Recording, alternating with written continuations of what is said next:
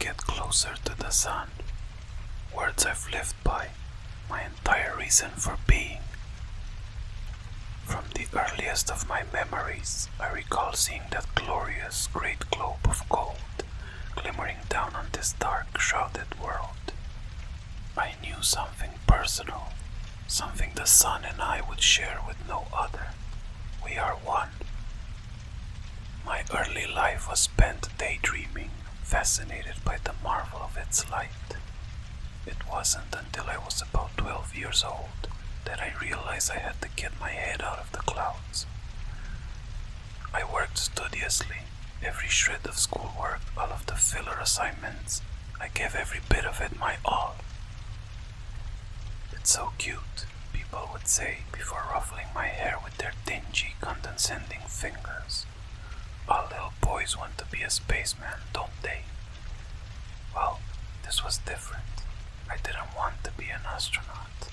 I was going to be an astronaut. What I wanted back then, still do to this day, is far greater than some exploratory science. Ascension. I worked tirelessly through my late teens and early 20s. My parents had some money put aside for my education, but it wouldn't be enough. I had to master engineering and physics, at the least. I had to stand out in the crowd, and I did. Finally chosen, I knew it had little to do with all the effort, all the slaving away. It was destiny, fated to be. This is the last piece of terrestrial communication that I'll ever create, the last remnant of my human condition. Currently, no one's the wiser, not the few undeserving souls with me on this shuttle, not mission control, not my family or friends. I'm going to transcend, to become so grossly incandescent as to reach godhood. My parents named me Kevin, but it's a false moniker.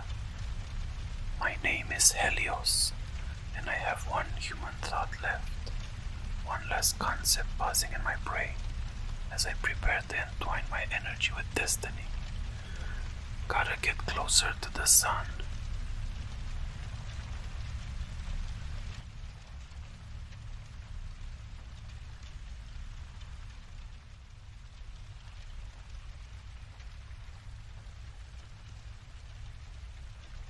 It happened again today. The same spot as usual. He's always there, but he seems to prefer early mornings to show himself. He mimics my every movement, copies who I am to a T. The first time I saw him, I thought he was just a reflection from a window in the shadowy corners of the underground parking lot. Maybe even a trick of the brain, a figment of my imagination. The second time I saw him, I paid more attention. I assumed some local weirdo was trying to freak me out, which it bloody well did. As I watched the movements though, they were far too precise, far too exact to have not been me. It feels so contrived saying it, but after that point, I avoided the parking lot altogether. Taking the long way to the station added another 5 minutes to my morning commute, but that's an insignificant price to pay for peace of mind. What's 2 hours lost a month anyways? I suppose they didn't like that, because they started seeing him everywhere. Little things at first, a shadow, just a bit too far away, or contradicting the lighting. Strange movements of my reflection's eyes in the mirror. Eventually, it was as he was part of my daily life, an exact precise imitation of me, with only one difference. He was watching me. He'd always have his head turned to me when I'd look at him. His piercing gaze was hollow and haunting. I began to consider that I was losing my mind. I saw a psychiatrist, and after some sessions, was prescribed some pills. Surprise, surprise. Even as I took the pills, so too did my mirror man. My mirror man was gone for a while. I had considered that the pills may actually be working. How foolish I was. Must have been hiding, tricking me. It seems he comes and goes at his own discretion. Well, today's the day. Today I will confront him, expose him for the world to see. Then everyone will notice him, see him for the imposter that he is. They'll know it's not just in my head. He'll be punished for this harassment. As I stand up from my desk in my cubicle, I see him do the same. What a phony. I'll relish in exposing him. He returns the same devilish, scheming grin back to me. You're a fraud, I yell as I storm toward him. He storms towards me. I wag my finger, prepared to yell again as I notice his mouth opening to do the same. We both pause. Everyone around is looking at us. No, not at us. At him. Yes, they see him. One of my fellow office workers slowly approaches him. Calm down, it's okay. We can sort this out, she says to him. Something is very wrong here. I lift a finger to point at him as he points at me. You can see him, right? We both yell in unison. It's okay. There's no one there. You're okay, she says in a soothing voice. This isn't right. What's going on over there? I hear someone yell from a few cubicles down. He's having another episode, she yells back. He and I lock eyes.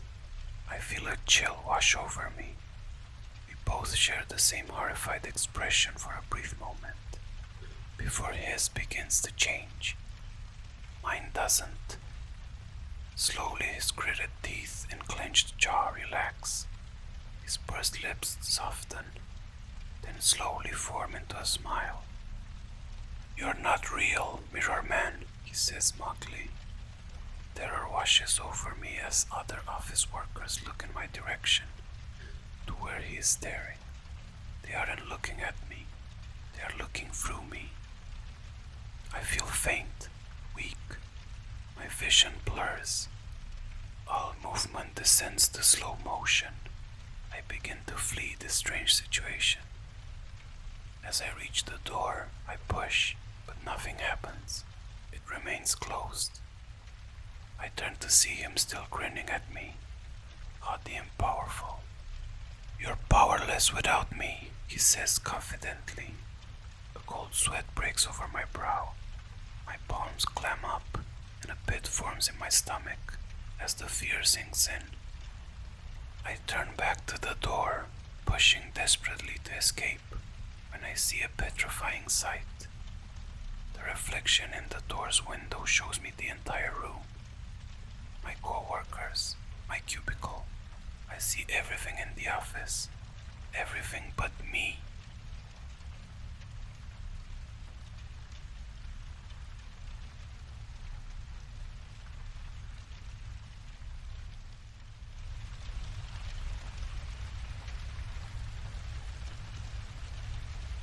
We had just moved into a little ranch house in the suburbs. Storybook neighborhood. Quiet, friendly neighbors, picket fence, the whole 9 yards. Suffice it to say, this was supposed to be a new start for me. A recently single dad and my 3-year-old son.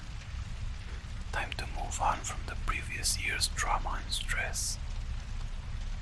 I viewed the thunderstorm as a metaphor for this fresh start. One last show of theatrics before the dirt and grime of the past would be washed away. My son loved it anyway, even with the power out.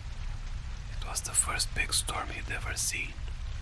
Flashes of lightning flooded the bare rooms of our house, parting unpacked boxes with long creeping shadows, and he jumped and squealed as the thunder boomed. It was well past his bedtime before he'd finally settled down enough to go to sleep. The next morning, I found him awake in bed and smiling. I watched the lightning at my window, he proudly announced. A few mornings later, he told me the same thing. You're silly, I said. It didn't storm last night. You're only dreaming. Oh, he seemed somewhat disheartened. I ruffled his hair and told him not to worry. There should be another storm soon. Then it became a pattern. He would tell me how he watched the lightning outside his window at least twice a week, despite there being no storms. Recurring dreams of that first memorable thunderstorm, I figured. It's easy to hate myself in hindsight. Everybody assures me there's nothing I could have done, no way I could have known. But I'm supposed to be the guardian of my child, and these are useless words of comfort. I constantly relived that morning, making my coffee, pouring milk over my cereal, picking up the newspaper to read about the pedophile local authorities had just arrested. It was front page stuff. Apparently, this guy would select a young target, usually a boy, stake out their house for a while, and take flash photos of them through their window while they slept. Sometimes he did more.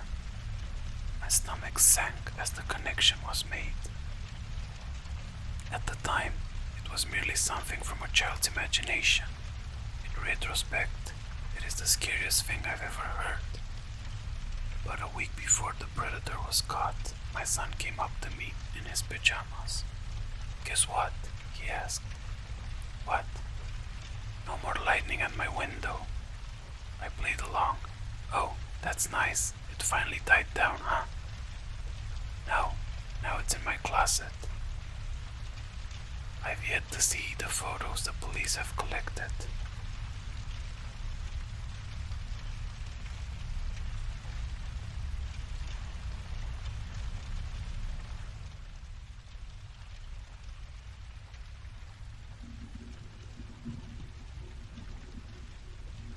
She stalked the dark hallways of the school, making sure that she made no unnecessary sounds that would attract anyone.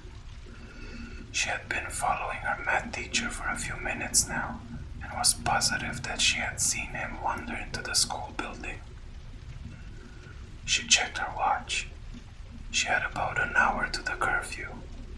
The school was deserted, as it had been for the last summer month. She was being extra cautious. She didn't want anyone seeing her follow her teacher into the school. That could only bring trouble. She followed her teacher into the dark hallways. Her teacher seemed to be wandering aimlessly, oblivious to his follower. She waited for him to move into someplace quieter so she could make her move.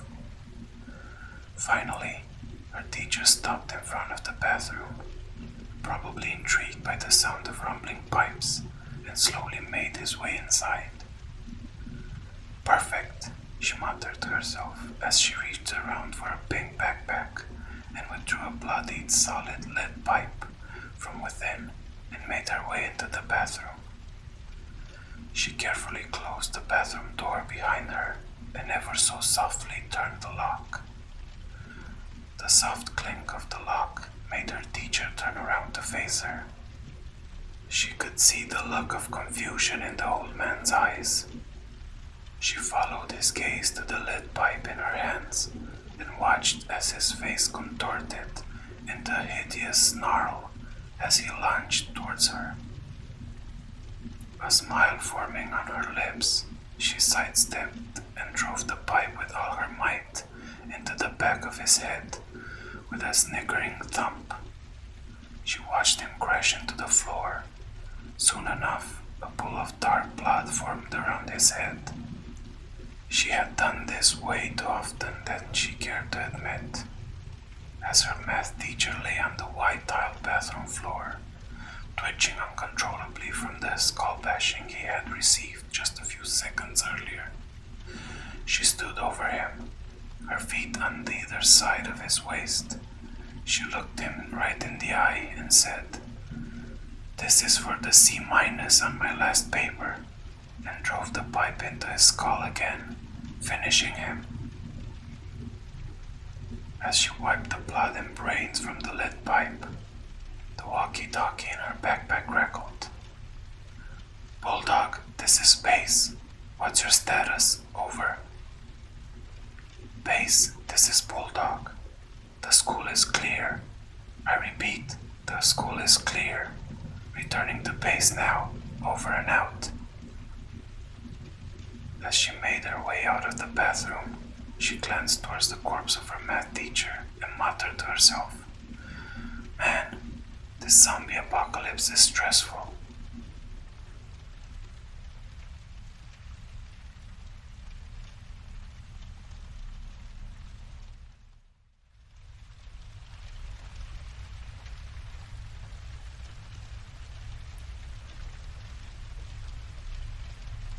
While honeymooning in Maine, my wife and I stopped in the picturesque town of Boothbay on a particularly dreary and rainy day. Since our planned picnic was out of the question, we sought shelter in a dilapidated little antique store near the harbor. While my wife inspected the large chests and side tables near the door, I eagerly examined the antique tools and seafaring equipment inside the glass sales counter at the back. Being a collector of optics and mariner's instruments, I hoped to find a sextant or perhaps an old leather-bound telescope. A particularly interesting piece caught my eye. It appeared to be a heavy brass flashlight bearing a worn brown patina, but remarkably modern in design. I asked the shopkeeper, but he could only tell me it was found in the same old sailor's chest as several of the compasses, the sextant, also on display.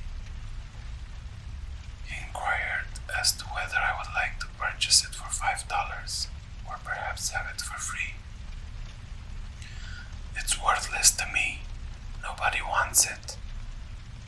When I remarked about the price, he sighed wearily and then reached into the cabinet and retrieved it for me. "Here, see for yourself, feller." The craftsmanship was wonderful, quite durable and apparently handmade, perhaps somewhere in Europe, where lettering indicated it might be German or perhaps Austrian in origin. I twisted the bulb housing and a weak red beam swept out. Poking it into a dark corner of the shop, I was greeted with fantastic monotone swirls, moving and entwining with each other like a beat of eels. As I stared further into the unusual projector kaleidoscope, my fanciful mind invented ghoulish faces and sinuous, gnarled tendrils. Shutting the device off, I turned excitedly to the shopkeeper. "Fantastic," I spoke. "It must have an oil filter of sorts in front of the lens. I have 2 Victorian kaleidoscopes, but none that are illuminated like this." "You don't get it, do you?" "Nobody gets it. They all come back to return it after a while." The shopkeeper leaned on the counter and I could see that he was breathing heavily and perspiring. "They all think it's some sort of trick, till they start seeing it when the light's off. That ain't no projection, mister. That damned thing, that light, it ain't making up those creatures. It's just letting your eyes see what's already there."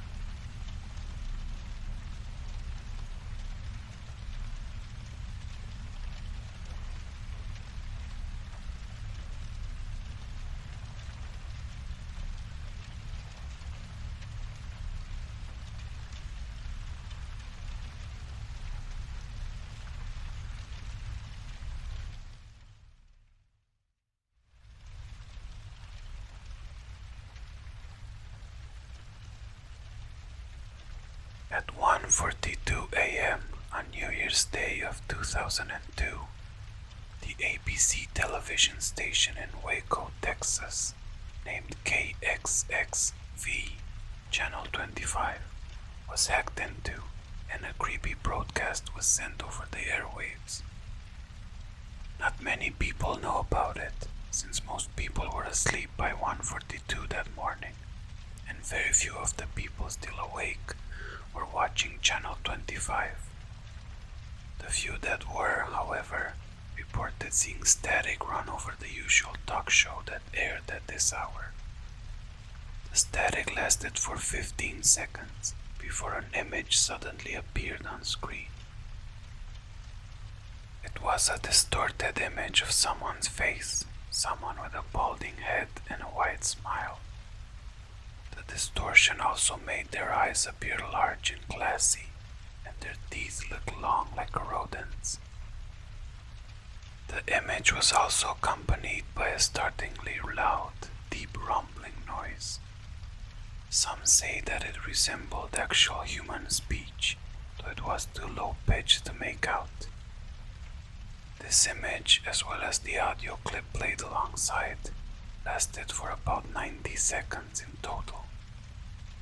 Finally, another 15-second long burst of static came on screen, and the station cut back to the usual talk show. But there have been some strange reports over the years. Rumors say that about a week after the incident occurred, 3 of 8 people known to have watched it that night were deemed legally insane and sent to the Texas Department of Mental Health. When asked by the interviewers what they saw that night, they would only say, "He is after us all, and the demon makes things red." When asked what they meant, they would reply that they heard what the figure was saying quite clearly, even though the other reports, including the ones filed by people who saw recordings of the video, mentioned the rumbling being too deep to understand. These people mentioned that the voice was saying things like "suck their souls" and "watching all," though they refused to explain what these things meant. They also reported that the supposed image was actually a video, and that the being's head was shaking violently, his eyes darting back and forth, and his mouth moving with whatever he said. All other reports say that the image was, indeed, a still one. Following the incident, police made efforts to track down the person who hacked Channel 25 that fateful New Year's Day, but to no avail. However, it did turn out that someone had a recording of it. Mr. Albert Finster, who was going to a party on New Year's Eve, wanted to watch the local news coverage of the event, so he had been recording KXXV that morning, having started recording at 10:01 p.m. and finished at 8:33 a.m. the next day. Within the recording was the incident. Unfortunately, the VHS was somewhat corrupted, so that the only known footage of the incident is messed up almost beyond recognition. Beneath is a still out of the only 45 seconds of the incident footage that wasn't messed up by corruption.